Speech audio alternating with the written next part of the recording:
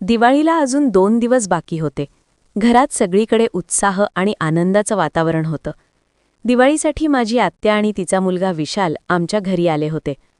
विशाल दिसायला फार देखणा, उंच, गोरा आणि आकर्षक व्यक्तिमत्वाचा होता. तो माझ्यापेक्षा 2 वर्षांनी मोठा. त्या संध्याकाळी मी टेरेसवर गेले होते. थंडगार वाऱ्यात आकाशात चांदण्यांची सोनेरी चमक पसरली होती. योगायोगाने विशालसुद्धा तिथेच उभा होता. सर्वत्र अंधार आणि फक्त चंद्रप्रकाश आमच्या चेहऱ्यावर पडत होता. आम्ही दोघं एकमेकांच्या अगदी जवळ उभे होतो. त्यानं हलकंसं माझा हात आपल्या हातात घेतला आणि मला अलगद आपल्या जवळ ओढलं. माझं हृदय जोरात धडधडू लागलं. माझा चेहरा त्याच्या चेहऱ्याच्या इतका जवळ आला की श्वासांचाही आवाज ऐकू येत होता. त्या क्षणी वेळ जणू थांबली होती आणि पुढे काय घडलं तेच आज मी तुम्हाला सांगणार आहे. नमस्कार मित्रांनो, माझं नाव सोनाली आहे. माझं वय 28 वर्ष आहे. मी विधवा आहे. नवऱ्याच्या मृत्यूला आता 2 वर्ष उलटली, पण माझं दुःख अजूनही तसंच होतं. मनातली पोकळी काही भरून निघत नव्हती. दिवाळी जवळ आली होती.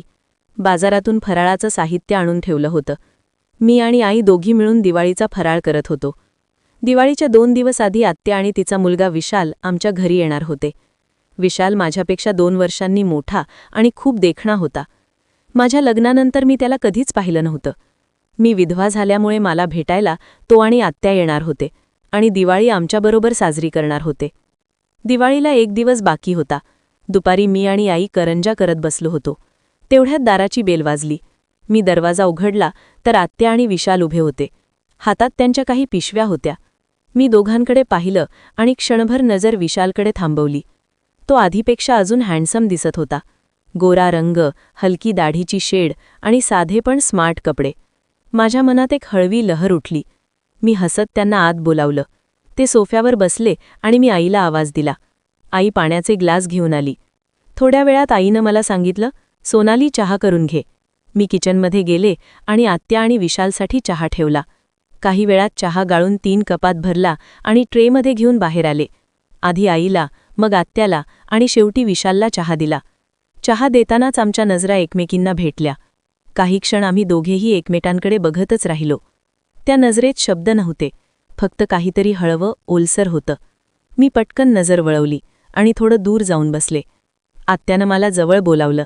मी जाऊन तिच्या शेजारीच बसले आणि माझ्या शेजारीच विशाल बसला. तो अधूनमधून माझ्याकडे चोरून पाहत होता. आत्यानं माझ्या डोक्यावरून मायेनं हात फिरवला आणि म्हणाली, बाळा, गेलेली व्यक्ती परत येत नाही. आता स्वतःला सावर, काहीतरी कामधंदा सुरू कर, नाहीतर दुसरं लग्न कर.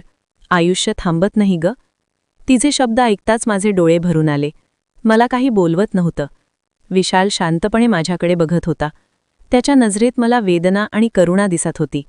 आई बोलू लागली, सोनालीचं लग्न झाल्यावर सगळं व्यवस्थित होतं, पण अचानक तिच्या नवऱ्याला आजार झाला. तिचा आवाज अडखळला. आत्यानं पुन्हा मला धीर दिला. मी हळू आवाजात म्हणाले, मी प्रयत्न करते आहे आत्या, पण हे मन नाही ऐकत. आत्या मायेनं म्हणाली, हळूहळू सगळं ठीक होईल ग. असं बोलून आम्ही थोडा वेळ गप्पा झालो. मग मी किचनमध्ये गेले आणि पोहे करायला लागले. आत्या मागोमाग आली, कांदा चिरायला मदत करू लागली. तिच्या हातातल्या त्या सुरीच्या आवाजात एक आपुलकी होती. मी मनोमन विचार केला, आत्यासोबत नव्हे, या घरात आता पुन्हा माणुसकीचं ओलसरपण आलंय. पोहे झाले आणि आम्ही सर्वांनी नाश्ता केला. थोडा वेळ गप्पा झाल्या आणि तेवढ्यात बाबा शेतातून घरी आले. त्यांनी आत्या आणि विशालचं स्वागत केलं. बाबांनी विशालला विचारलं, काय रे, आता लग्नाचं काही बघतोस का? विशाल हसला आणि म्हणाला, हो मामा, मुली पाहतोय, एखादी चांगली मिळाली तर विचार करतो. त्याचा तो हसरा चेहरा पाहून माझंच मन का कोणा जाणे थोडं धडधडलं. संध्याकाळ झाली. मी, आई आणि आत्या मिळून जेवण बनवलं. रात्री 8च्या सुमारास आम्ही सगळे एकत्र बसून जेवलो. दिवसभराच्या गप्पा मनात एक वेगळाच गोडवा ठेवून गेल्या. जेवण झाल्यानंतर आत्यानं आणलेलं दिवाळीचं सामान बाहेर काढलं. फराळासाठी लागणाऱ्या गोष्टींसोबतच ती माझ्यासाठी एक सुंदर साडी घेऊन आली होती. ती मला म्हणाली, ही साडी विशालनं निवडली आहे, खास तुझ्यासाठी. तिचे हे वाक्य ऐकताच माझं मन थोडं थबकलं. मी हलकसं विशालकडे पाहिलं. तो माझ्याकडे पाहून हसला आणि माझ्या नजरेत नजर घालून म्हणावं तशा नजरेनं काहीतरी बोलला. मीही त्याच्याकडे भावुकपणे हसले. ती साडी हातात घेतली. अंगाला हलकसं लावून पाहिलं. ती माझ्यावर अफाट खुलत होती. लाल रंगाची सोन्याच्या बॉर्डरची साडी माझ्या गोऱ्या रंगावर इतकी उठून दिसत होती की आई आणि आत्या दोघीही क्षणभर थबकल्या. माझा गोरा चेहरा, लांब काळेभोर केस आणि ती लाल साडी. त्या क्षणी आरशात स्वतःकडे पाहताना माझ्या डोळ्यात नकळत एक हसू आलं. मी साडी कपाटात ठेवली आणि थोड्या गप्पांनंतर टेरेसवर गेले. टेरेसवर जाणं ही माझी रोजची सवय होती. शांत रात्रीचा आकाश, चमकणाऱ्या चांदण्या आणि थंड वारा यात मला माझ्या नवऱ्याची आठवण यायची. पण आज त्या टेरेसवर मी एकटी नव्हते. माझ्या आधीच विशाल तिथे उभा होता. तोही आकाशाकडे पाहत होता. मी हळूच जवळ गेले, पण काही बोलले नाही. काही क्षण शांतता होती. मग तो माझ्याकडे वळला आणि हळू आवाजात म्हणाला, "सोनाली, कशी आहेस तू? लग्नाआधी किती हसरी आनंदी होतीस तू. आतासुद्धा सुंदर दिसतेस, पण चेहऱ्यावरचं दुःख दिसतंय ग. असं सगळं मनात साठवून ठेवू नकोस. गेलेली व्यक्ती परत येत नाही, पण आयुष्य थांबत नाही ग." त्याचे शब्द माझ्या मनाला खोलवर भिडले. मी काही बोलू शकले नाही. तो पुढे म्हणाला, "मी तुझा मित्र आहे सोनाली. तुला जे वाटतं ते माझ्याशी बोल. मन मोकळं करून बघ. तुला बरं वाटेल." त्याच्या त्या मायेच्या आवाजात एक वेगळाच आधार होता. त्या क्षणी मला वाटलं मी खूप दिवसांनी कोणासोबत मन उघडून बोलू शकते. माझ्या डोळ्यात अश्रू दाटले आणि नकळत मी त्याच्या छातीवर डोकं ठेवलं. तो माझ्या डोक्यावरून अलगद हात फिरवत होता. जणू काही माझ्या दुःखावर मलम लावत होता. मी रडत रडत बोलू लागले, "2 वर्षांपासून मी खूप एकटी आमुरे. कोणी समजून घेत नव्हतं मला. माझं आणि माझ्या नवऱ्याचं आयुष्य छान चाललं होतं, पण त्याच्या आजारपणानं सगळं बदललं. मी त्याच्यावर जीव ओवाळून टाकला होता, पण तो मला एकटी सोडून गेला आणि मी आतून तुटून गेले." विशाल शांतपणे माझं सगळं ऐकत होता. त्यानं माझा हात आपल्या हातात घेतला आणि हळू आवाजात म्हणाला, "सोनाली, आता या दुःखातून बाहेर ये. मी आहे ना तुझ्यासोबत. तुला कधीच एकटी वाटू देणार नाही." त्याच्या या शब्दांनी माझं मन हलकं झालं. त्या रात्री चांदणा आधीसारख्या दुःखद वाटल्या नाहीत. त्यात एक वेगळं शांत सौंदर्य दिसत होतं. आम्ही दोघंही बराच वेळ तिथेच बसून चांदणा पाहत राहिलो. त्या क्षणी पहिल्यांदाच मला जाणवलं, कोणीतरी खरंच माझ्या सोबतीला आहे. साधारण 15-20 मिनिटांनी आम्ही दोघे खाली आलो आणि आपापल्या खोलीत गेलो. त्या रात्री इतक्या दिवसांनी मला शांत झोप लागली. सकाळ उजाडली. सूर्यकिरणांनी घरात प्रकाश भरला. चहा घेत असताना विशाल माझ्याजवळ आला आणि म्हणाला, "सोनाली, आपल्या घराजवळचा तो डोंगर दिसतो ना? चल ना, आज सकाळी तिकडे जाऊया. थोडं फ्रेश वाटेल तुला." मी हलकसं हसले. घड्याळात 6:30 वाजले होते. सूर्य उगवायला काही क्षण बाकी होते. आकाशात हलकासा केसरी रंग पसरला होता आणि माझ्या मनात एक नवा दिवस सुरू होत होता. आम्ही दोघे एकत्र चालत होतो. रस्ता अगदी सुनसान होता. फक्त थोड्या अंतरावर काही माणसं जाताना दिसत होती. सकाळचं हवामान प्रसन्न होतं. हलकासा गार वारा वाहत होता. विशालसोबत चालताना मन अगदी हलकं झालं होतं. तो उंच, आत्मविश्वासाने चालणारा आणि चेहऱ्यावर कायम हसू असलेला होता. मी थोडी मागे पडत होते, पण तो मुद्दाम वेगाने चालायचा आणि मग मागे वळून माझ्याकडे पाहून हसायचा. मी त्याच्या मागे पळत जायचे आणि आम्ही दोघं मुलांसारखे हसत पुढे सरकायचो. एखेर आम्ही डोंगराच्या पायथ्याशी पोहोचलो. डोंगर उंच होता आणि मी थोडी दमली होते. मी थांबून म्हणाले, "विशाल, आता नाही जमत. मी इथून वर येऊ शकत नाही." तो थोडंसं हसला आणि म्हणाला, "सोनाली, एवढ्या लवकर हार मांडलीस का? म्हणूनच तू अजूनही तुझ्या दुःखातून बाहेर येऊ शकत नाहीस. बघ, कधीकधी डोंगर चढण्यासाठी आधाराची गरज असते, पण चढणं मात्र तुलाच करायचं असतं." असं म्हणत त्यानं आपला हात पुढे केला. मी थोडी थांबले, पण मग त्याचा हात धरला. माझा नाजूक हात त्याच्या मोठ्या आणि ओलसर हातात हरवून गेला. त्यानं माझा हात घट्ट धरला आणि मला हळूहळू वर चढवू लागला. त्याच्या आधाराने माझा आत्मविश्वास वाढत होता. प्रत्येक पावलागणिक माझं मन हलकं होत आहे असं वाटत होतं. मला जाणवलं, जसं आपण हा डोंगर पार करत आहोत, तसंच आयुष्यातील दुःखही पार करता येतं. फक्त कोणाचा तरी खरा आधार लागतो. शेवटी आम्ही डोंगराच्या शिखरावर पोहोचलो. त्या क्षणी सूर्य नुकताच उगवत होता. त्याचा सोनेरी प्रकाश आकाशात पसरत होता आणि त्या प्रकाशात विशालचा चेहरा उजळत होता. मी त्या प्रकाशात त्याच्याकडे पाहत राहिले. तो खरंच खूप सुंदर दिसत होता. त्याचवेळी विशालची नजर माझ्यावर थांबली. कदाचित त्यालाही माझ्या चेहऱ्यावर सूर्यकिरणांनी उमटलेलं तेज काहीतरी वेगळंच वाटलं असावं. काही क्षण आम्ही दोघेही एकमेकांकडे पाहत राहिलो. वेळ थांबल्यासारखं वाटत होतं. नंतर आम्ही हसत भानावर आलो आणि डोंगरावर फिरायला लागलो. त्याच्याबरोबर चालताना मनात एक नवी उमेद जागी होत होती. काही वेळाने आम्ही परत डोंगर उतरून खाली आलो. माझ्या चेहऱ्यावर खूप दिवसांनी समाधान आणि शांततेचं स्मित उमटलं होतं. घरी पोहोचलो तेव्हा आईबाबा आश्चर्याने म्हणाले, अरे विशाल, तू आल्यापासून सोनाली पहिल्यांदाच घराबाहेर एवढ्या दूरपर्यंत गेली आहे. हे तर मोठं यश म्हणायचं. बाबा हसले. आत्या आणि आईनं माझ्याकडे कौतुकाने पाहिलं. मी लाजले, पण मनात आनंद दाटला होता. दुसऱ्या दिवशी दिवाळी होती. सकाळपासून घरात गडबड, आनंद आणि फटाक्यांचा आवाज सुरू झाला होता. सगळीकडे दिव्यांच्या रांगा आणि आकाशातील झगमगाट होता. आमच्या घराच्या दारातही एक सुंदर आकाशकंदील टांगलेला होता. त्यात बल्ब बसवायचा होता. विशाल स्टूलवर चढला आणि मी त्याला बल्ब द्यायला गेले. मी बल्ब त्याच्या हातात दिला आणि त्यानं तो बसवताच अचानक दिवा लागला. त्या प्रकाशात त्याचा चेहरा उजळून गेला. ती ओलसर लाईट त्याच्या डोळ्यात, ओठांवर आणि कपाळावर पडत होती आणि मला तो क्षणभर देवासारखा दिसत होता. माझं हृदय जोरात धडधडू लागलं आणि मला जाणवलं की विशाल माझ्या मनात कुठेतरी घर करून बसला आहे. तो खाली उतरला. आम्ही दोघांनी एकत्र फटाके उडवायला सुरुवात केली. माझ्या चेहऱ्यावर आनंद होता, डोळ्यात चमक. विशाल आल्यापासून आमच्या घरात पुन्हा आनंद परत आला होता. त्यानं माझं जगणं नव्याने रंगवलं होतं आणि मी स्वतःही जाणवू लागले होते की आयुष्य पुन्हा सुंदर होऊ शकतं. लाडू, करंज्या, चकल्या, चिवडा खात दिवाळीचे काही दिवस कसे गेले हे कळलंच नाही. विशाल आल्यापासून माझं आयुष्य बदलून गेलं होतं. तो बोलला की मन शांत व्हायचं आणि तो हसला की दिवस उजळायचा. नकळत माझं मन त्याच्याकडे ओढलं जाऊ लागलं होतं. मी विशालच्या प्रेमात पडू लागले होते. पण मनात एक आवाज सतत सांगत होता, सोनाली, तू विधवा आहेस. विशाल अजून अविवाहित आहे.